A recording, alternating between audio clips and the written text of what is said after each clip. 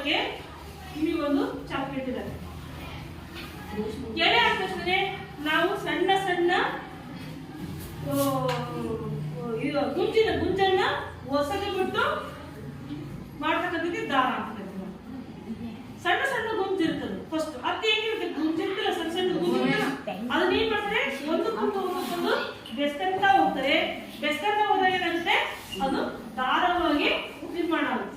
ಈ ಎಳೆಗಳಲ್ಲಿ ಎಷ್ಟು ಮೂಲ ಇದ್ದಾವೆ, ನೀವು ಎಲ್ಲಿಂದ ಬರುತ್ತೆ ಅನ್ನೋದನ್ನ ಈ ಒಂದು ಕ್ಲಾಸ್ ಅಲ್ಲಿ ನಾನು ತಿಳಿಸ್ತೀನಿ. ಓಕೆನಾ? ಈಗ ಫಸ್ಟ್ ಒಂದೇದು ಸಸ್ಯಜನ್ಯ.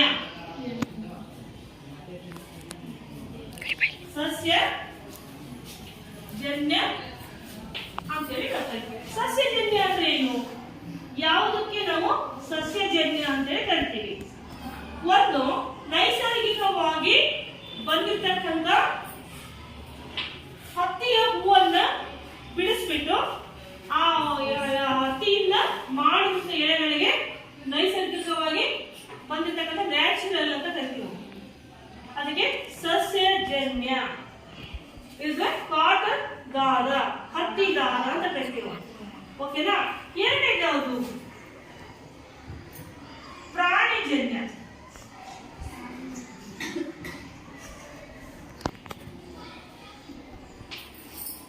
ಯಾರು ಬಂದಿದ್ರಿ ಪ್ರಾಣಿಜನ್ಯದಲ್ಲಿ? ಯಾರು ಹೇಳ್ತೀರಾ? ಹೇಳಿ ಯಾರು? ಯಾವ್ರಿ? ಕುರಿ. ಕರೆಕ್ಟ್.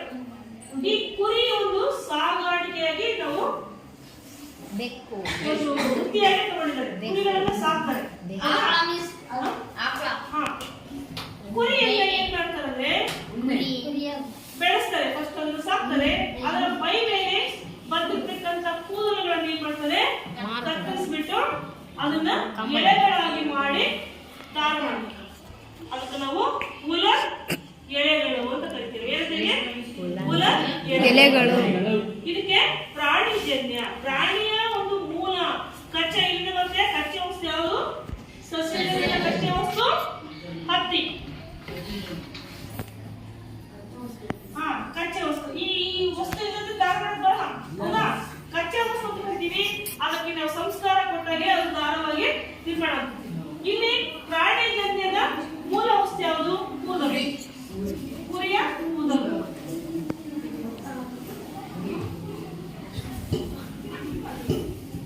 ಕುರಿಯ ಕೂದಲು. ಈ ಕುರಿಯ ಕೂದಲನ್ನ ನಾವು ಏನ್ ಮಾಡ್ತೀವಿ, ಅವುಗಳನ್ನ ಕತ್ತರಿಸ್ಬಿಟ್ಟು ಅವಕ್ಕೆ ಸಂಸ್ಕಾರವನ್ನು ಕೊಟ್ಟಾಗ ಅದು ದಾರವಾಗಿ ನಿರ್ಮಾಣ ಆಗುತ್ತೆ. ಇದಕ್ಕೆ ನಾವು ಉಣ್ಣಿಯ ಎಲೆಗಳು ಅಂತ ಕರಿತೀವಿ. ಉಣ್ಣಿಯ ಎಲೆಗಳು.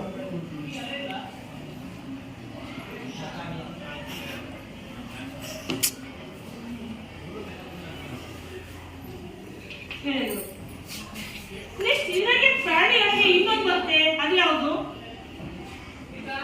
ಯಾವುದು? ಯಾರಿಲ್ಲ? ಎಲ್ಲರೂ ಇಷ್ಟವಾಗಿರ್ತಕ್ಕಂಥ ಒಂದು ಕ್ಲಾಸ್ ಮೇಕೆ. ಮೇಕೆ ಅಲ್ಲ, ರೇಷ್ಮೆ. ರೇಷ್ಮೆ ರೇಷ್ಮೆ ರೇಷ್ಮೆ ಹುಳು.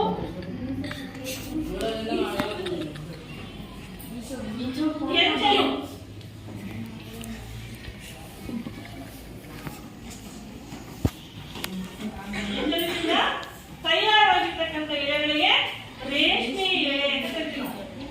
ರೇಷ್ಮೆ ರೇಷ್ಮೆಯ ಮೂಲ ಯಾವುದು? ರೇಷ್ಮೆಯ ಹುಳು. ಗೂಡು. ರೇಷ್ಮೆ ಗೂಡು ಅಥವಾ ರೇಷ್ಮೆ ಹುಳು. ಅದೇನ್ ಮಾಡುತ್ತೆ, ಒಂದು ತಿಂಗಳು ಅದನ್ನ ಸಾಕ್ತಾರೆ. ಸಣ್ಣ ಸಣ್ಣ ಮೊಟ್ಟೆಗಳನ್ನ ಮಾಡ್ಬಿಟ್ಟು ಅದನ್ನ ಹುಳುಗಳಾಗಿ ಪರಿವರ್ತನೆ ಮಾಡಿ ಅವುಗಳಿಗೆ ಹಿಪ್ಪು ನೇರಳೆ ಎಣ್ಣೆ ಹಾಕ್ಬಿಟ್ಟು ಅವುಗಳನ್ನ ಸಾಕ್ತಾರೆ. ಆ ಸಾಕಿದಾಗ ಏನ್ ಮಾಡುತ್ತೆ, ಒಂದು ತಿಂಗಳ ಹೊತ್ತಿಗೆ ಅದು ಗೂಡನ್ನ ಕಟ್ಟುತ್ತೆ. ಗೂಡು ಕಟ್ಟೆ ಆದ್ಮೇಲೆ ಅದನ್ನ ಹುಳ ಒಳಗಡೆ ಇಲ್ಲಿಕ್ಕೆ ನಾವೇನ್ ಮಾಡ್ತೀವಿ, ಅದನ್ನ ಬಿಸಿನೀರಲ್ಲಿ ಹಾಕ್ಬಿಟ್ಟು ಆ ಎಲೆಗಳನ್ನು ತಕ್ಕೊಂತೀವಿ. ಕುರಿಯಲ್ಲಿ ಹಾಕ್ಬಿಟ್ರೆ ಅದು ಹುಳ ಸತ್ತೋಗ್ಬಿಟ್ಟು ಒಳಗಡೆ ಆ ಬಂದಿರ್ತಕ್ಕಂಥ ಎಂಜಲಿನ ಎಲೆಗಳನ್ನು ನಾವು ರೊಟೇಷನ್ ಮಾಡ್ಕೊಂತ ಒಂದು ವೀಲ್ ತರ ಸುತ್ತಂತ ಹೋಗ್ತೀವಿ. ಹೌದಾ? ಇದಕ್ಕೆ ನಾವು ಬಳಸ್ತೀವಿ. ಇದಕ್ಕೆ ನಾವು ಯಥೇಚ್ಛವಾಗಿರ್ತಕ್ಕಂಥ ಬೆಲೆಯುಳ್ಳಂತ ಒಂದು ದಾರ, ರೇಷ್ಮೆ ದಾರ ಅಂತ ಕರಿತೀವಿ. ಹೌದಾ? ರೇಷ್ಮೆ ಬಟ್ಟೆಗಳ ರಾಜ. ರೇಷ್ಮೆ ಬಟ್ಟೆಗಳ ರಾಜ. ಬಟ್ಟೆಯಲ್ಲಿ ಅತ್ಯುನ್ನತವಾಗಿರ್ತಕ್ಕಂಥ ಬಟ್ಟೆ ಅಂದ್ರೆ ರೇಷ್ಮೆ ಬಟ್ಟೆ. ಮತ್ತೆ ಯಾವುದು? ನೆಕ್ಸ್ಟ್ ಯಾವುದು? ರಾಸಾಯನಿಕವಾದ ಮಿಶ್ರಣ ಮಾಡಿಬಿಟ್ಟು ಮಾಡ್ತಕ್ಕಂಥ ದಾರ ಬರುತ್ತೆ, ಅದಕ್ಕೆ ರಾಸಾಯನಿಕ ಜನ್ಯ ಅಂತ ಕರೀತಾರೆ.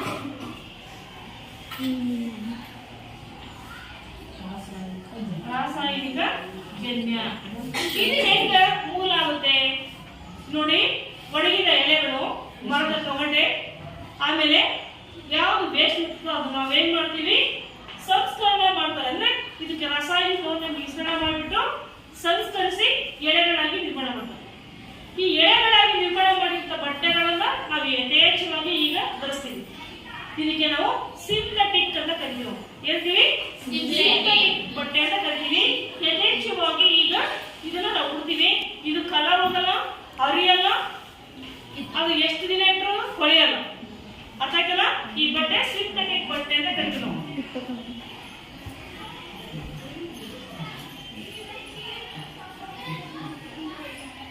ಸಿಂಥೆಟಿಕ್ ಬಟ್ಟೆ ಅಥವಾ ಪಾಲಿಸ್ಟರ್ ದಾರಗಳನ್ನು ನಾವು ಕರಿತೀವಿ. ನೆಕ್ಸ್ಟ್ ಯಾವುದು?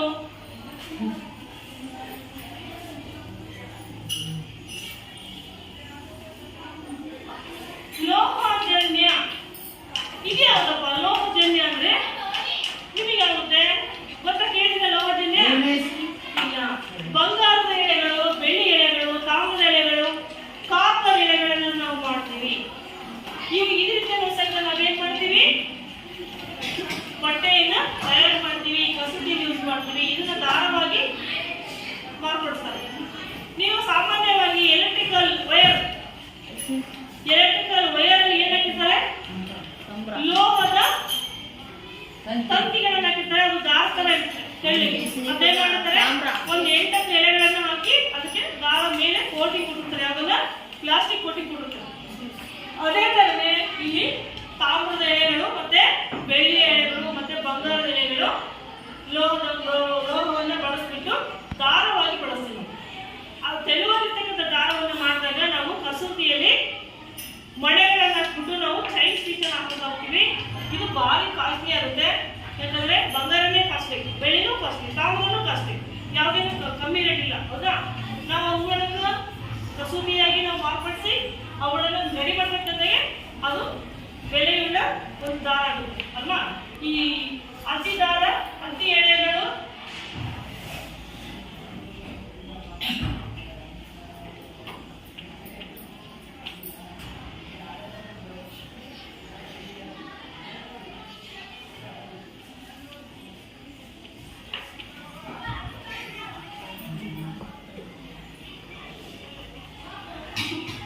ಬಂಗಾರ, ಬೆಳ್ಳಿ ಮತ್ತು ತಾಮ್ರದ ಎಳೆಗಳು. ನೆಕ್ಸ್ಟ್ ಯಾವ್ದು ಬರುತ್ತೆ? ಇನ್ನು ಯಾವ ಎಳೆಗಳನ್ನು ನಾವು ತಿಳ್ಕೊಳ್ಬಹುದು? ಇನ್ನು ಯಾರಿಗೆ ಗೊತ್ತಿದೆ? ಇನ್ನು ಯಾವ ಎಳೆಗಳನ್ನು ನಾವು ಬಳಸ್ತೀವಿ? ಯಾರು ಹೇಳ್ತೀರಾ?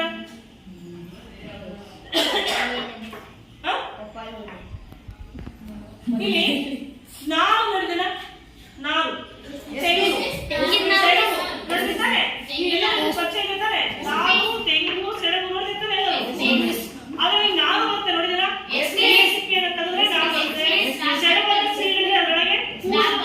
ತೆಳುವಾಗಿರ್ತಕ್ಕಂಥ ಮತ್ತೆ ಇದು ಯಾವುದು ತೆಂಗು, ಅಡಿಕೆ, ಅವುಗಳಿಗೆ ಸುಂದರ ಎಳೆಗಳು ಬರ್ತವೆ. ಆ ಎಳೆಗಳಿಗೆ ಏನ್ ಮಾಡ್ತಾರೆ ಅಂದ್ರೆ ರಾಸಾಯನಿಕಗಳನ್ನ ಮಿಕ್ಸ್ ಮಾಡ್ಬಿಟ್ಟು ಅವುಗಳನ್ನ ಹದ ಮಾಡ್ತಾರೆ. ಹದ ಮಾಡಿದಾಗ ತೆಳುವಾಗಿರ್ತಕ್ಕಂಥ ದಾರವಾಗಿ ಅದು ನಿರ್ಮಾಣ ಆಗುತ್ತೆ.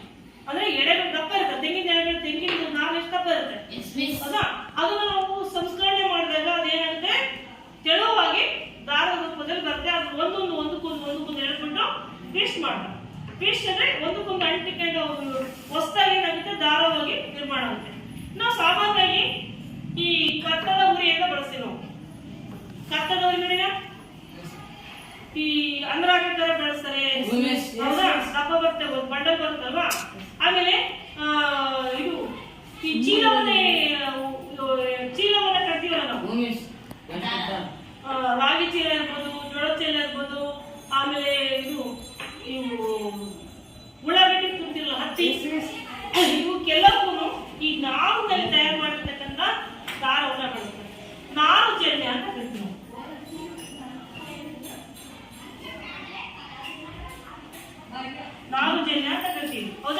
ಈ ನಾರು ಯಾವ್ದ್ರಿಂದ ಬರುತ್ತೆ? ಇದರ ಮೂಲ ಯಾವುದು? ಸೆಣಬು.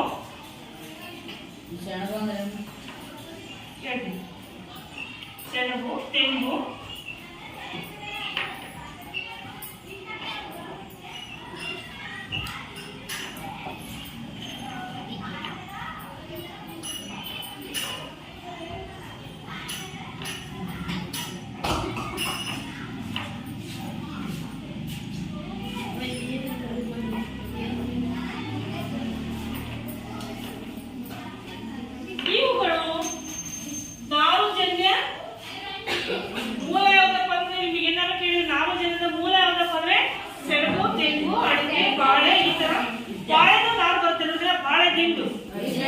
ಬಾಳೆ ದಿಂಡನ್ನ ಅದನ್ನ ಸ್ವಲ್ಪ ಒಣಸಿದ ಮೇಲೆ ಅದು ನಾರು ಬರುತ್ತೆ.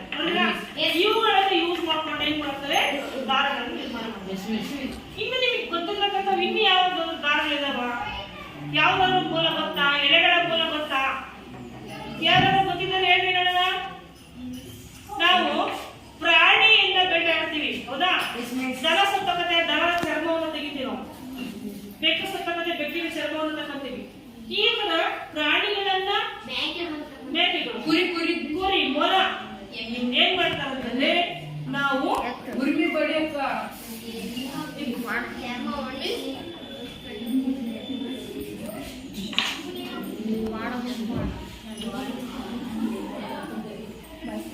ಚರ್ಮ. ಈ ಚರ್ಮ ಅಂತಂದ್ರೆ ನೀವು ತಬಲಾ ಬಡಿತಿರಲ್ಲ, ಅದಕ್ಕೆ ಅಂತಾರೆ ಅಲ್ವಾ? ನೆಕ್ಸ್ಟ್ ಆಮೇಲೆ ಏನ್ ಮಾಡ್ತಾರೆ? ಚರ್ಮ ಅಂತಂದ್ರೆ ಬ್ಯಾಗ್, ವೆಂಟಿ ಬ್ಯಾಗ್ಗಳು ರೆಡಿ ಮಾಡ್ತಾರೆ. ನೀವು ಹಾಕೊಂಡಿರ್ತಕ್ಕಂಥ ಬೆಲ್ಟ್ಗಳು, ಬ್ಯಾಟ್ರಿ ಬೆಲ್ಟ್ ಹಾಕೊಂಡಿಲ್ಲ, ಆ ಬೆಲ್ಟ್ಗಳನ್ನ ಮಾಡ್ತಾರೆ ಚರ್ಮದಿಂದ. ನೆಕ್ಸ್ಟ್ ವೆಂಟಿ ಬ್ಯಾಗ್ ಬಾರ್ಸ್ಗಳು. ಆಮೇಲೆ ಇನ್ಯಾವು ಡಾಲ್, ಫರ್ ಯೂಸ್ ಮಾಡ್ತಾರೆ. ಫರ್ ನೋಡಿರ ಈ ಟೆಡ್ಡಿ ಬೇರ್ ಮಾಡ್ತಾರಲ್ಲ, ಟೆಡ್ಡಿ ಬೇರ್ ನೋಡಿರಲ್ಲ, ಟೆಡ್ಡಿ ಬೇರ್ಗಳು ಅವುಗಳನ್ನ ಈ ಕೂದಲನ್ನ ಯೂಸ್ ಮಾಡ್ಬಿಟ್ಟು ಟೆಡ್ಡಿ ಬೇರ್ಗಳನ್ನೆಲ್ಲ ಮಾಡ್ತಾರೆ. ಅರ್ಥಾಯ್ತಾ? ಈ ತರ ಅವುಗಳನ್ನ ರೆಡಿ ಮಾಡ್ತಾರೆ. ನಿಮ್ಗೆ ಎಷ್ಟು ತಿಳ್ಕೊಂಡ್ರೆ ಈಗ ನೋಡಿ, ಒಂದು ಸಸ್ಯಜನ್ಯ, ಪ್ರಾಣಿಜನ್ಯ, ರೇಷ್ಮೆ ಹುಳುವಿನಿಂದ ರೇಷ್ಮೆ ದಾರ ಎಳೆಗಳು, ರಾಸಾಯನಿಕ ಜನ್ಯ,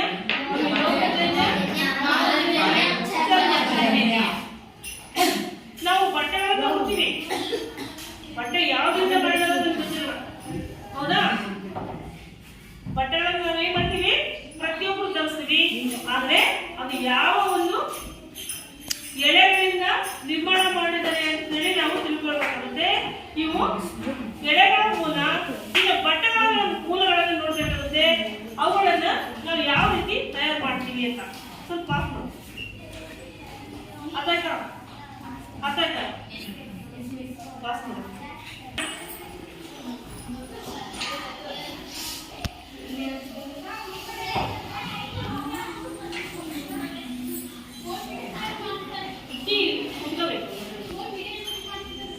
ಸಸ್ಯಜನ್ಯ ಅಂತಂದ್ರೆ ನಾವು ಹೇಗೆ ಇದನ್ನ ಕಂಡುಹಿಡಿಯಬೇಕು? ಸಸ್ಯಜನ್ಯ ಬಟ್ಟೆ ಅಂತಂದ್ರೆ ಎಲೆಗಳನ್ನ ಹೇಗೆ ಕಂಡುಹಿಡಿಯಬೇಕು ಅಂತಂದ್ರೆ, ಈ ಸಸ್ಯಜನ್ಯವನ್ನ ನಾವು ಮೂಲತಃ ಹತ್ತಿಯ ಎಲೆಗಳಿಂದ ಈ ಒಂದು ದಾರವನ್ನ ನಾವು ಮಾಡ್ತೀವಿ. ಹತ್ತಿ ಎಲೆಗಳಿಂದ ದಾರವನ್ನ ಮಾಡ್ತೀವಿ. ಈ ಹತ್ತಿ ಎಲೆಗಳು ನಮ್ಮ ದೇಹಕ್ಕೆ ಉಷ್ಣವನ್ನ ನೀಡುತ್ತೆ. ಏನ್ ಮಾಡುತ್ತೆ? ಉಷ್ಣ. ನಮಗೆ ಸೆಕೆ ಆಯ್ತು, ಬೆವರ್ತೀವಿ ನಾವು ಬಿಸಿಲುಗಾಲದಲ್ಲಿ, ಈ ಬಟ್ಟೆ ತರ ಈ ಅತ್ಯುತ್ತಮವಾಗಿರ್ತಕ್ಕಂಥ ಬಟ್ಟೆ. ಈ ಬಟ್ಟೆ ಧರಿಸೋದ್ರಿಂದ ಏನಾಗುತ್ತೆ? ನಮಗೆ ಏನಾಗುತ್ತೆ? ಸೆಕೆ ಆಗುತ್ತಾ? ನಾನು ಇಲ್ಲಿ ಜಾಸ್ತಿ ಹೇಳಿದ್ದೀನಲ್ಲ, ಹತ್ತಿಯಿಂದ ಏನಾಗುತ್ತೆ? ಇದು ನ್ಯಾಚುರಲ್ ಆಗಿ ತಯಾರಾಗಿರ್ತಕ್ಕಂಥ ಒಂದು ಎಳೆ. ಇದು ಏನಾಗುತ್ತೆ? ನಮ್ಮ ದೇಹದಲ್ಲಿ ಇರ್ತಕ್ಕಂಥ ಉಷ್ಣಾಂಶವನ್ನ ಅದು ನೀಡುತ್ತೆ. ನಮಗೆ ಆರೋಗ್ಯಕರವಾಗಿರ್ತಕ್ಕಂಥ ಒಂದು ಚರ್ಮವನ್ನ ಕೊಡುತ್ತೆ. ಆರೋಗ್ಯವಾಗಿರ್ತಕ್ಕಂಥ ಒಂದು ಚರ್ಮವನ್ನ ಕೊಡುತ್ತೆ. ಮತ್ತೆ ನಾವು ಈ ಹತ್ತಿಯನ್ನ ಎಲ್ಲ ಯೂಸ್ ಮಾಡ್ತೀವಿ? ಹತ್ತಿ ಬಟ್ಟೆಗಳನ್ನ, ಈ ಒಂದು ಎಲೆಗಳನ್ನ ಎಲ್ಲಿ ಯೂಸ್ ಮಾಡ್ತೀವಿ? ನಾವು ಎಲ್ಲಿ ಯೂಸ್ ಮಾಡ್ತೀವಿ? ಬೇಸಿಗೆಯಲ್ಲಿ ಯೂಸ್ ಮಾಡ್ತೀವಿ. ಒಂದೇನು ಬೇಸಿಗೆ ಕಾಲದಲ್ಲಿ ಇದನ್ನು ಯೂಸ್ ಮಾಡ್ತೀವಿ.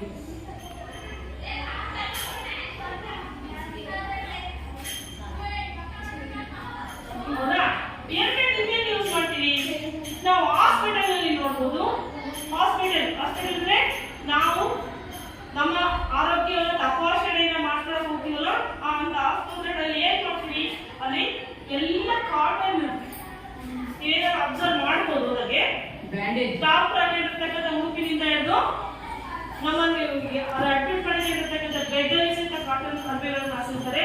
ಓದಿಲಿಕ್ಕೂ ಕಾಟನ್ ಅರ್ಬೆಗಳಿರ್ತವೆ. ಆಪರೇಷನ್ ಥಿಯೇಟರ್ಗೆ ಸಹಿತ ಕಾಟನ್ ಅರ್ಬೆಗಳನ್ನು ಇಟ್ಟಿರ್ತಾರೆ. ಯಾಕೆ ಪಾಲಿಸ್ಟರ್ ಯಾಕೆ ಇಡಬಾರ್ದು?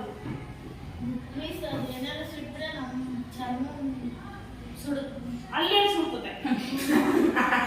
ಆಪರೇಷನ್ ಥಿಯೇಟರ್ ನಿಮಗೆ ಬೆಂಕಿ ಹಚ್ತಾರೆ ಇಲ್ಲಲ್ಲ, ಅಲ್ಲಿ ಏನ್ ಮಾಡ್ತಾರೆ? ಯಾಕೆ ಅಂದ್ರೆ ಅಲ್ಲಿ ಮೂರು ಅಂದ್ರೆ ರೋಗಗಳಿರ್ತದಲ್ವಾ, ಕೈ ಸುಟ್ಟಿರುತ್ತೆ, ಕೈ ಕಾಲು ಆಕ್ಸಿಡೆಂಟ್ ಮಾಡ್ಕೊಂಡು ಮುರ್ಕೊಂಡು ಹೋಗಿರ್ತಾರೆ, ಆಮೇಲೆ ಜ್ವರ ಇರುತ್ತೆ. ಇಂಥವ್ರು ಅಲ್ಲಿ ಏನ್ ಮಾಡ್ತಾರೆ? ಅಡ್ಮಿಟ್ ಆಗಿರ್ತಾರಲ್ವಾ, ಅಲ್ಲಿ ನಾವು ಪಾಲಿಸ್ಟರ್ ಬಟ್ಟೆಗಳನ್ನ ಅವ್ರಿಗೆ ಹೊದಿಕೆ ಆಗಿ ನೆಲ ಹಾಸನ್ನು ಅದಕ್ಕೆ ಹಾಸು ಕೊಟ್ರೆ ಏನಾಗುತ್ತೆ? ಅವನು ಆ ಬೆಡ್ಡಲ್ಲಿ ನೋಡಿದ್ರೆ ಏನಾಗುತ್ತೆ? ಮಲಗಿ ಇರ್ತಾರಲ್ವಾ, ಒಂದು ಕಾಲು ಮುಖಂಡ್ರೆ ಅವ್ರು ಮಲಗಿ ಇರ್ಬೇಕಲ್ವಾ, ಒಂದು ಏನಾದ್ರು ಜ್ವರ ಇದೆ ಅಂದ್ರೆ ಒಂದು 2-3 ದಿನ ಮಲಗಿ ಇರ್ಬೇಕಾಗುತ್ತೆ. ಮತ್ತೆ ಏನಾದ್ರು ಅವ್ರಿಗೆ ಇದು ಸುಟ್ಕೊಂಡು ಹೋಗಿದ್ರು, ಗಾಯ ಸ್ಕಿನ್ ಅನ್ನ ಸುಟ್ಕೊಂಡು ಹೋಗಿದ್ರು, ಅವಾಗ ಅವ್ರು ಮಲಗಿ ಇರ್ಬೇಕಾಗುತ್ತಲ್ವಾ.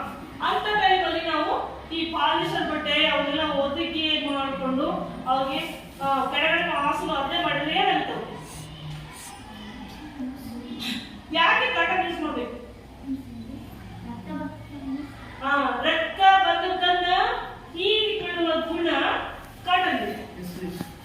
ಅವರು ಮಲಗಿದ ಬ್ರೆಡ್ ಸ್ವೆಟ್ ಆದ್ರೆ ಆ ಹೀರುವ ಗುಣ ಕಾಟನ್ ಇದೆ. ಒಂದು ಎರಡನೇ ಏನಪ್ಪ ಅಂತಂದ್ರೆ ಅವರು ಬಹಳ ಕಾಲ ಅಲ್ಲಿ ಒಂದು ವಾರ 15 ದಿನ 4-5 ದಿನ ಅವರಲ್ಲಿ ಇರ್ಬೇಕಾಗುತ್ತಲ್ವಾ, ಅದೇ ಬೆಡ್ ಮಲಗಬೇಕಾಗುತ್ತೆ. ಆದ್ರೆ ಅವ್ರಿಗೆ ಒಂದು ಬೆಡ್ ತಗೊಂಡು ಮತ್ತೆ ಅವ್ರಿಗೆ ಪಾಲಿಸ್ಟರ್ ಬಟ್ಟೆ ಹಾಕಲ್ಲ, ಅದೇ ಕಾಟನ್ ಬಟ್ಟೆನೆ ಶುಭ್ರವಾಗಿ ತೊಳೆದ್ಬಿಟ್ಟು ಅದನ್ನ ಮತ್ತೆ ಹಾಸ್ತಾರೆ. ಯಾಕೆ ಅಂತಂದ್ರೆ ಅವರ ದೇಹದಲ್ಲಿ ಇರ್ತಕ್ಕಂಥ ರೋಗಾಣುಗಳನ್ನ ಪ್ರೊಟೆಕ್ಷನ್ ಮಾಡುವ ಒಂದು ಗುಣ ಹತ್ತಿಗೆ. ನೀವು ಗಾಯ ಆಗ್ತಂದ್ರೆ ಪಾಲಿಸ್ಟರ್ ಬಟ್ಟೆ ತಗೊಂಡು ಹೋಗ್ತಾರ? ಯಾಕೆ ಹತ್ತಿ ಮಾಡ್ತಾರೆ? ಅದು ಅಲ್ವಾ, ಹತ್ತಿ ಬಟ್ಟೆನೇ ಯಾಕೆ ಹಾಕ್ತಾರೆ? ರೇಷ್ಮೆ ಬಟ್ಟೆ ಹಾಕಿ ಬಳಸ್ಬೋದು, ಶ್ರೀಮಂತಿರ್ತಾರೆ, ಕೋಟ್ ಬಟ್ಟೆ ದುಡ್ಡು ಹೌದಲ್ವಾ, ರೇಷ್ಮೆ ಬಟ್ಟೆ ಹಾಕ್ಬೋದಲ್ಲ, ಯಾಕೆ ಕೂಲರ್ ಹಾಕ್ಬೋದಲ್ಲ. ಅವು ಎಲ್ಲವೂ ಏನಪ್ಪ ಅಂದ್ರೆ ಹೀಟ್ ಅನ್ನ ಪ್ರೊಡ್ಯೂಸ್ ಮಾಡ್ತಾರೆ. ಯಾವುದು ರೇಷ್ಮೆ ಅಷ್ಟೇ, ಇದು ಹುಲ್ಲೂ ಅಷ್ಟೇ. ಇದು ಕಾಟನ್ ಬಂದು ನಮ್ಮಲ್ಲಿರ್ತಕ್ಕಂಥ ದೇಹದ ಹೀಟ್ ಅನ್ನ ಕಂಟ್ರೋಲ್ ತರುತ್ತೆ. ಹಂಗಾಗಿ ನಾವು ಯಾವುದೇ ಆಸ್ಪತ್ರೆಗೆ ಹೋದ್ರು ಅಲ್ಲಿ ಕಾಟನ್ ಅನ್ನು ಬಳಸ್ತಾರೆ. ನಮಗೆ ಗಾಯ ಆತಂದ್ರೆ ಹುಲ್ಲನ್ನು ಕೂಚಿರ್ತಾರ, ಅದನ್ನ ಹೊಸ್ತಾರ ಅದ್ರಲ್ಲಿ ಏನಾಗುತ್ತೆ? ಆ ಗುಂಜೆ ಎಲ್ಲ ಒಳಗಡೆ ಸೇರಿಕೆ ಬರುತ್ತೆ. ಅದಕ್ಕೆ ನಮಗೆ ಪ್ಯೂರ್ ಬಾಯ್ಲ್ಡ್ ಕಾಟನ್ ಅನ್ನು ಯೂಸ್ ಮಾಡ್ತಾರೆ. ಅಂದ್ರೆ ಆ ನೀರಲ್ಲಿ ಕುದಿಸಿದಂತ ಕಾಟನ್ ಅನ್ನ ನಾವು ಪ್ರಿಸರ್ವ್ ಮಾಡಿಟ್ಟಿರೋ ಡಾಕ್ಟರ್ಸ್ ಅವ್ರು ಏನ್ ಮಾಡ್ತಾರೆ? ನಮಗೆ ಗಾಯ ಆಯ್ತು ಹೋದ ತಕ್ಷಣ ಆವಾಗ ವಾಶ್ ಮಾಡ್ತಾರೆ ಗಾಯನ. ಅದು ಯಾಕಂದ್ರೆ ಅಲ್ಲಿ ಯಾವ ಒಂದು ಕ್ರಿಮಿಗಳು ಇರೋಲ್ಲ. ಯಾಕಂದ್ರೆ ಬಾಯ್ಲ್ ಮಾಡಿರ್ತಾರೆ, ಹತ್ತಿನ ಬಾಯ್ಲ್ ಮಾಡಿ ಬೆಂಡ್ ಮಾಡಿ ಇಟ್ಟಿರ್ತಾರೆ, ರೋಲ್ ಮಾಡಿ. ಅವಾಗ ಏನ್ ಮಾಡ್ತೀವಿ? ನಮ್ಮಲ್ಲಿರ್ತಕ್ಕಂಥ ಕ್ರಿಮಿಗಳು ಆ ಒಂದು ಕಾಟನ್ ಎತ್ಕೊಂಡು ಹೋಗ್ಬೋದ. ಇಲ್ಲಾಂದ್ರೆ ಎಲ್ಲಾದ್ರೂ ಹತ್ತಿ ತಗೊಂಡ್ಬಂದು ದೋಸಿದ್ರೆ ಅವರಾಗಿರ್ತಕ್ಕಂಥ ಕ್ರಿಮಿಗಳೆಲ್ಲ ನಮಗೆ ಗಾಯ ಕಟ್ಟಿರ್ತಾರೆ, ಹೌದಾ? ಅದಕ್ಕೆ ಅದನ್ನ ಸಂಸ್ಕರಣೆ ಮಾಡೋ ಒಂದು ಮೆಥಡ್ ಕಾಟನ್ ಮಾಡಿತ್ತು. ನಾವು ಚೆನ್ನಾಗಿ ಒಗ್ಬಿಟ್ಟು ಬಿಸಿ ಒಣಗಿದ್ರೆ ಅದು ಆಂಟಿಬಯೋಟಿಕ್ ಆಗಿ ಕೆಲಸ ಮಾಡುತ್ತೆ, ಅದು ಸಸ್ಯಜನ್ಯ ಬಟ್ಟೆ. ಹಂಗಾಗಿ ಹಾಸ್ಪಿಟಲ್ ಅಲ್ಲಿ ಅದನ್ನೇ ಹಾಕ್ತಾರೆ. ನೆಕ್ಸ್ಟ್ ಇನ್ನೆಲ್ಲ ಆಗ್ತದೆ ಕಾಟನ್ ಗುಂಪುಗಳು ಏನಿಲ್ಲ.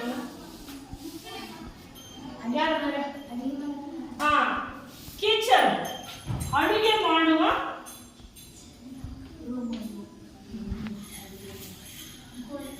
ಅಡುಗೆ ಕೋಣೆ. ಇಲ್ಲಿ ಏನ್ ಮಾಡ್ಬೇಕು? ಏನಕ್ಕೆ ಯೂಸ್ ಮಾಡ್ತಾರಲ್ಲಿ? ಪಾಲಿಸ್ಟರ್ ಬಟ್ಟೆ, ಸಿಂಥೆಟಿಕ್ ಬಟ್ಟೆ, ಉಲ್ಲನ್ ಬಟ್ಟೆ ಹಾಕೊಂಡು ಅಡುಗೆ ಮಾಡಕ್ ಹೋಗ್ಬಾರ್ದು. ದೊಡ್ಡ ದೊಡ್ಡ ಅಡುಗೆಗಳನ್ನು ಮಾಡ್ತಾರಲ್ಲ, ಏನ್ ಮಾಡ್ಬೇಕು? ಬೆಂಕಿ ಉಯ್ತಾ ಇರುತ್ತೆ, ಗ್ಯಾಸ್ ಹೊರಗಡೆ ಬರ್ತಾ ಇರುತ್ತೆ. ಅದು ಇಂಥ ಬಟ್ಟೆಗಳಿಗೆ ಹಾಕೊಂಡು ಹೋಗ್ಬಿಟ್ಟು ನಾವೇನಾದ್ರು ಕುಂತ್ಕೊಂಡ್ರೆ ಆ ಶಾಖಕ್ಕೆ ಬಟ್ಟೆ ಹಿಂಗಾಗೋದು. ಕಾಟನ್ ಆಗಲ್ಲ. ಅದರಿಂದ ಏನಾಗುತ್ತೆ? ನಮಗೆ ಒಂದು ಪಕ್ಷ ಶಾಖ ತಗಲಿತು ಅನ್ನೋ ಸಹಿತ ಅದು ಸುಟ್ಕೋಬೇಕು. ನಮಗೆ ಏನಾಗುತ್ತೆ? ಕಾಟನ್ ಬಟ್ಟೆ ಸುಟ್ಟೋಗುತ್ತೆ. ಅದು ಎಷ್ಟು ಕಿಡಿ ಬಿಟ್ಟಿರುತ್ತೋ ಇಷ್ಟು ಕಿಡಿ ಬಿತ್ತಂದ್ರೆ ಅಷ್ಟಕ್ಕೆ ಸುತ್ತುತ್ತದೆ, ಹೆಚ್ಚಿಗೆ ಸ್ಪ್ರೆಡ್ ಆಗಲ್ಲ, ಅಷ್ಟೇ ಬೂದೆ ಆಗುತ್ತೆ.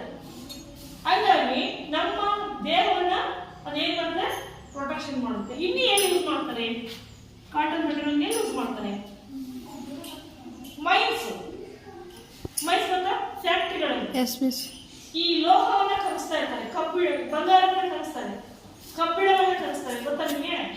ಅದು ಎಷ್ಟು ಶಾಖ ಇರ್ತಂದ್ರೆ ಅಲ್ಲಿ ಫುಲ್ ಶಾಖ ಇರುತ್ತೆ, ನಿಂತ್ಕೊಳ್ಳೋಕ್ಕಾಗಲ್ಲ ಯಾರು ಅಂತ ಲೋಕ ಮಾಡ್ತಾರೆ ಜನರು. ಅವ್ರಿಗೆ ಬೇಕಾದ ಪ್ರೊಟೆಕ್ಷನ್ ಈ ಒಂದು ಕಾಟನ್ ಅನ್ನ, ದಪ್ಪ ಇರ್ತಕ್ಕಂಥ ಕಾಟನ್ ಅನ್ನು ಅವ್ರು ಹಾಕೊಂಡು, ದಪ್ಪ ಇರ್ತಕ್ಕಂಥ ಕಾಟನ್ ಅನ್ನು ಧರಿಸೋದ್ರಿಂದ ಇರುತ್ತೆ ಆ ಬೆಂಕಿ ತಗಲಿದ್ರು ಸಹಿತ ಅದು ಹತ್ತಲ್ಲ. ನೀವು ಬೇಕಾದ್ರೆ ನೋಡಿ ಕಾಕಿ ಗೀಕಿ ಹಾಕೊಂಡು ಹೋಗಿ ನೋಡ್ರಿ, ಅದು ಬಿದ್ರು ಸಹಿತ ಅದು ಗಡಗ ಹಾಕಲ್ಲ, ಉರಿಯಲ್ಲ ಅದು. ಅದೇ ನಾವು ಇಂಥದ್ದು ಹಾಕೊಂಡು ನೋಡ್ರಿ, ನಾವು ಶಾಖ ಹೋಗೋದೇ ಬೇಡ, ಹಾಗೆ ಎಲ್ಲಿ ನಿಲ್ಲತ್ತೆ ಅಲ್ಲೇ ಕೈ ಬರ್ತದೆ ಬಟ್ಟೆ, ಹಾಗೆ ಹಿಂಗ ಹೀಗೆ ಮಾಡೋದು. ಅದು ಗುಣ ಇದೆ, ಈ ಗುಣ, ಇದು ಸಿಂಥೆಟಿಕ್ಸ್ ಗುಣ. ಯಾಕೆ ಅದಕ್ಕೆ ಅಡುಗೆ ಮಾಡ್ಬೇಕಾದ್ರೆ ಒಂದು ಎಲ್ಲಿ ಬೆಂಕಿ ಇರುತ್ತೋ ಆ ಜಾಗದಲ್ಲಿ ನಾವು ಆದಷ್ಟು ಕಾಟನ್ ಅನ್ನು ಯೂಸ್ ಮಾಡಬೇಕು ಅಂತ ಹೇಳಿ. ಅದು ನೋಡಿ ನೈಸರ್ಗಿಕವಾಗಿ ಬಂದಿರ್ತಕ್ಕಂಥ ಒಂದು ಹತ್ತಿಯಿಂದ ಮಾಡಿದಂಥ ಎಳೆಗಳು ನಮಗೆ ಎಷ್ಟು ಸಲಹೆಯನ್ನು ಕೊಡ್ಬೋದು, ಎಷ್ಟು ಅವರಿಗೆ ಬೆನಿಫಿಟ್ಸ್ ಇದಾವೆ ಅಂತ ನೋಡ್ಕೋಬೇಕಂದ್ರೆ ಈ ಮೈನ್ಸ್ ಕೆಲಸ ಮಾಡ್ತಾರಲ್ಲ, ಮೈನ್ಸ್ ಫ್ಯಾಕ್ಟರಿಯಲ್ಲಿ ಕಾಟನ್ ಅನ್ನು ಬಳಸ್ತಾರೆ. ಮೈನ್ಸ್ ಫ್ಯಾಕ್ಟರಿಯಲ್ಲಿ ಇಲ್ಲಾಂದ್ರೆ ಅಲ್ಲಿ ಕೆಲಸ ಮಾಡಕ್ ಆಗೋದೇ ಇಲ್ಲ. ಬಂಗಾರ ಕಲಿಸ್ತಾರೆ, ನೋಡಿರ್ಬೋದು, ಯೂಟ್ಯೂಬ್ ತಂದು ನೋಡಿ ಗೊತ್ತಾಗುತ್ತೆ, ಬಂಗಾರನ ಕಲಿಸ್ತಾರೆ. ಅವರು ಅತಿ ದಪ್ಪ ಕಾಟನ್ ಕ್ಯಾನ್ವಾಸ್ ಅಂತ ಕರಿತೀವಿ ನಾವು. ಈ ಸಚಿಗಳಿಗೆ ಕಾಟನ್, ಆರ್ಗಂಜಿ, ಕ್ಯಾನ್ವಾಸ್ ಆ ಥರ ಬಟ್ಟೆಗಳು ಬರ್ತವೆ, ಡ್ರಿಲ್ ಅಂತ ಬಟ್ಟೆಗಳು ಬರ್ತವೆ. ಈ ಪೊಲೀಸ್ ನೋಡಿದ್ರೆ ಪೊಲೀಸ್ ಕಾಟನ್ ಬಟ್ಟೆ, ಪೊಲೀಸ್ ಮುಖಂಡಿದ್ರು ಅದು ಕಾಟನ್ ಬಟ್ಟೆ. ಈ ಯೋಧರು, ನಮ್ಮ ದೇಶವನ್ನು ಕಾಯ್ದುಕೊಂಡ ಯೋಧರು, ಅವ್ರು ದಸರಲ್ಲ ಪಟ್ಟಿ ಪಟ್ಟಿ ಪಟ್ಟಿ ಪಟ್ಟಿ ಕಲ್ಕಲ್ಲಿ ಇರ್ತದ, ಅದು ಸಹಿತ ಕಾಟನ್ ಉಂಟು, ದಪ್ಪ ಇರುತ್ತೆ. ಯಾಕೆ ಅವ್ರು ಯಾಕೆ ಅದನ್ನ ಹಾಕ್ಬೇಕು, ಅವರು ನೆಲದಲ್ಲಿ ಹೋಗ್ಬೇಕು, ನೀರಲ್ಲಿ ಹೋಗ್ಬೇಕು, ಆಮೇಲೆ ಬೆಂಕಿಯಲ್ಲಿ ಹೋಗ್ಬೇಕಾಗುತ್ತೆ. ಅವಾಗ ಅವ್ರಿಗೆ ಪ್ರೊಟೆಕ್ಷನ್ ಬೇಕು ಅನ್ನೋ ದೃಷ್ಟಿಯಿಂದ ಕಾಟನ್ ಅನ್ನ ಯೂನಿಫಾರ್ಮ್ ಮಾಡ್ತಾರೆ. ನೀವು ಸಹಿತ ಕಾಟನ್ ಯೂನಿಫಾರ್ಮ್ ಇರಬೇಕು. ಎಷ್ಟಂತಂದ್ರೆ ಮತ್ತೆ ಅನಿವಾರ್ಯತೆ ಎಲ್ರಿಗೂ ಕಾಟನ್ ಕಾಸ್ಟ್ಲಿ ಬಟ್ಟೆಗಳು, ಕಾಟನ್ ಬಟ್ಟೆಗಳು ತುಂಬಾ ಕಾಸ್ಟ್ಲಿ ಇದೆ. ಹಾಗಾಗಿ ಯೂನಿಫಾರ್ಮ್ ನೀವೆಲ್ಲ ಸಿಂಥೆಟಿಕ್ ನೀವು ಹಾಕೊಳ್ಳೋದು ಯಾವುದು ಕಾಟನ್ ಅಲ್ಲ, ಅದೆಲ್ಲ ಕಾಟನ್. ಹಾ, ಮತ್ತೆ ಇನ್ಯಾವುದೆಲ್ಲ ಹಾಕೋತಾರೆ,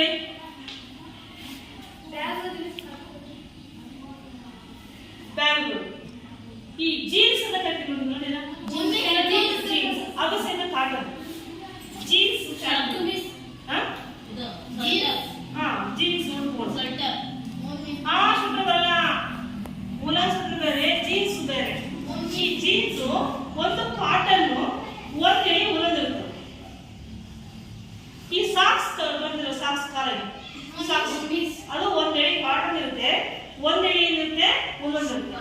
ಉಲನಿನ ಗುಣ ಏನಪ್ಪ ಅಂದ್ರೆ ಇಕ್ಕುವ ಗುಣವನ್ನು ಹೊಂದಿರುತ್ತೆ, ಎಲ್ಲಾಸ್ ಆಗುತ್ತೆ. ಈ ಉಲನ್ನು ಕಾಟನ್ ಎಲ್ಲಾಸ್ ಆಗಲ್ಲ. ಅವು ಎರಡನ್ನ ಮಿಕ್ಸ್ ಮಾಡಿದಾಗ ಏನಾಗುತ್ತೆ, ಕಾಲಿಗೆ ಪ್ರೊಟೆಕ್ಷನ್ ಆಗುತ್ತೆ. ನೀವು ಸಿಂಥೆಟಿಕ್ ಹಾಕಿದ್ರೆ ಕಾಲಲ್ಲಿ ಕೊಂಡೋಗುತ್ತೆ ಗಾಳಿ ಅನ್ನೋದಾಗಿ. ಹಾಗಾಗಿ ಅದೊಂದು ಸಾಕ್ಸ್ ಮಾಡ್ತಾರಲ್ಲ, ಒಂದೇಳಿ ಉಲನ್ನು ಒಂದೇಳಿ ಸಾಕ್ಸ್. ನೆಕ್ಸ್ಟ್ ಇನ್ಯಾವ್ದ್ರಲ್ಲಿ ಬರುತ್ತೆ, ನಾವು ಇನ್ಯಾವ್ದ್ರಲ್ಲಿ ನೋಡ್ಬೋದು, ಬರೀ ಒಳ ಉಡುಪುಗಳಾಗಿ ಯೂಸ್ ಮಾಡ್ತೀವಿ ಬನೀನು. ಈ ಬನೀನು ಸಹಿತ ಎಲಾಸ್ಟಿಕ್ ಗುಣವನ್ನು ಹೊಂದಿರುತ್ತೆ. ನೋಡಿನ ಇಕ್ಕುತ್ತದೆ, ಈ ಕೇಳಿ ಇಕ್ಕುತ್ತೆ ಅಲ್ವಾ? ನೋಡಿದ್ರೆ ಮನೆ ಒಂದು ಪ್ರಯತ್ನ ಮಾಡಿ ಒಂಚೂರು ಹಿಂಗೆ ಅದು ಇಕ್ಕುತ್ತೆ ಅಲ್ವಾ? ಆ ಕಡೆಗೆ ಅದು ಸಣ್ಣದು ಸಹಿತ ಅವ್ರ ಮೈ ಕರೆಕ್ಟಾಗಿ ಕೂಡುತ್ತೆ ಅಲ್ವಾ? ಅದು ಸಹಿತ ಒಂದು ಕಾಟನ್, ಒಂದು ಎಲಾಸ್ಟಿಕ್ ಅನ್ನು